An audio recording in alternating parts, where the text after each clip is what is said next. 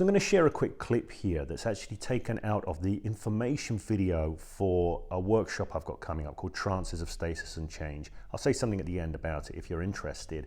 I wanted to share this clip here because it says something about us as human beings and how we engage with the world. You see, people are patterned. They show up in the various circumstances of their lives and they tend to react and respond in the same ways. And if you're looking at your life thinking, do you know what, I'm not actually creating what I want, I'm not showing up and engaging as I would wish to, and you're curious about maybe a model that could be useful for you in changing that, I want to just share this idea of trances, how they work, everyday trances, and trances of stasis and change. This doesn't mean you have to attend the workshop or anything. This little bit of information is for you regardless. I would say though, if you go, all right, you know, that makes some sense to me, please do give the video the thumbs up, and if you're new to the channel, please do subscribe. Every subscription counts. Now, I want to be really clear about what I'm talking about when I say the nature of trance, because this is a term that is not well defined. In fact, if you come from a neuro-linguistic programming background, you will recognize that trance is a nominalization. It's a complex process turned into a simple noun. So what does it mean? What are we talking about? Well, I am generally known as a hypnotist, and people often associate hypnosis and trance, right? They think that hypnosis is about putting somebody into a special state of trance, and then that person becomes somehow open to suggestion in a way they might not otherwise have been. But I would disagree with that. And if you know my work, you know I do disagree with that. I think that trance can be a useful, interesting frame, but we want to be clearer about what we're talking about and how we're using the term, if we're going to use it usefully. Now, for me, trance is a useful term, right? Because of its connotations, because of what it suggests, and because actually it's quite a good fit with our everyday human experience. Let me explain why. To me, a trance is any state that you might be in from which automated behaviors and responses emerge. Okay?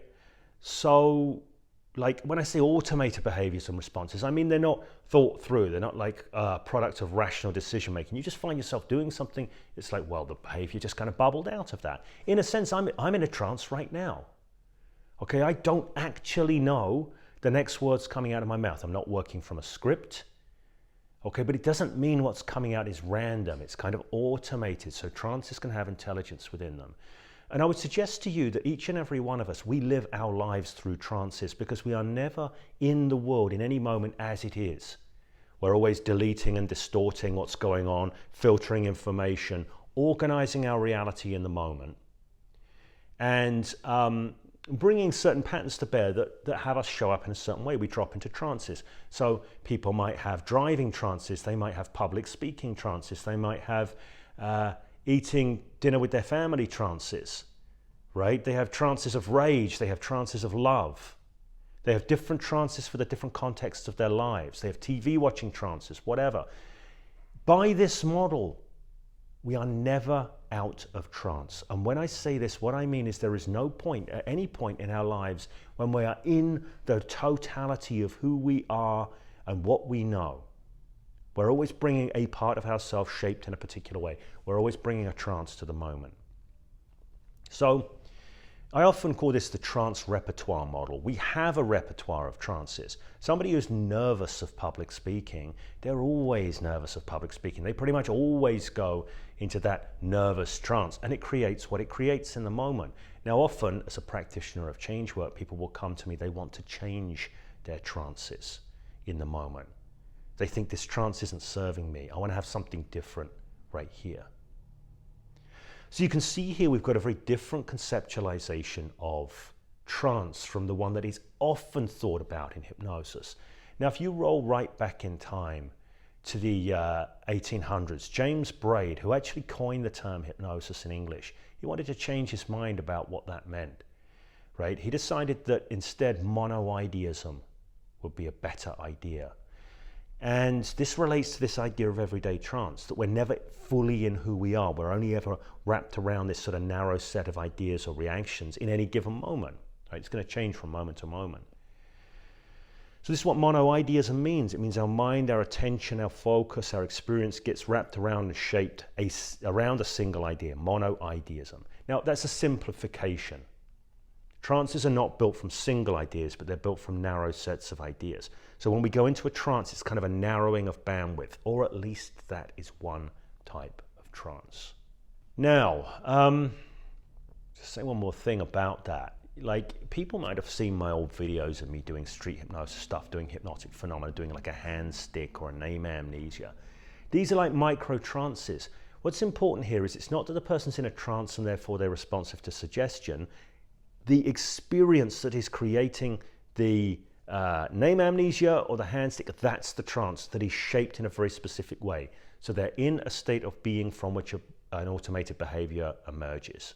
Okay, it's been shaped by me in collaboration with them in a hypnotic partnership, but that's what we're doing. We're creating a mono-ideistic trance. I call these narrow bandwidth trances. Most of the trances of our lives are narrow bandwidth trances. But there is another type of trance, which I think is extremely valuable. And we do experience this from time to time naturalistically, and it's what I call a broad bandwidth trance. Now, broad bandwidth trance is when we fall out of a narrow mono-ideistic trance and we fall much more into possibility and potential. We at least free ourselves from the narrow trance that was. Okay. Now, this is incredibly valuable in change work, in hypnotherapy, and things like this in our lives.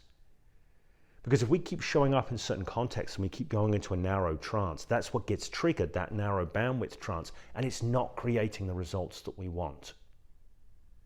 Or being able to fall out of that trance.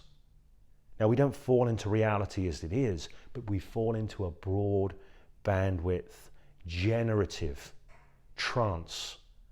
Some have referred to this as the trance of infinite possibilities. Trances of stasis and change. This is what we're exploring. There are trances of stasis we have in our lives. We show up in this context, this trance fires, it keeps firing, and we get stuck. It becomes who we think we are. We often identify with our trance repertoires. We go through and think, well, this is who I am, but we're not. We're like musicians who have learned a repertoire of tunes. If we make the mistake of thinking we are that repertoire of tunes, we lose a lot of our potential. When we realize, actually, no, I am the musician. I learned the tunes. I created the tunes. There are more tunes that I can learn. Okay? Then we fall out of the repertoire, fall out of the trances of stasis. Now, to do this, we want to fall into these broad bandwidth trances that contain infinite potential, infinite possibilities. These are the trances of change.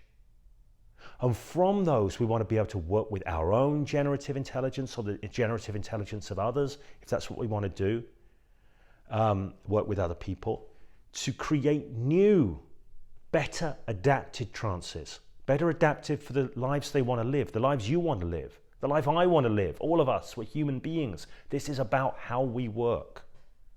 So just one last thought on this. If that's interesting to you and you would like to attend the workshop during this launch week, there's a significant discount. It's normally $397, so it's $250 just for this launch week. Obviously, you know, that's if it's the right fit for you. Check out the information page. And once again, if you like the video, and if you'd like to subscribe to the channel, I'd love to have you subscribe.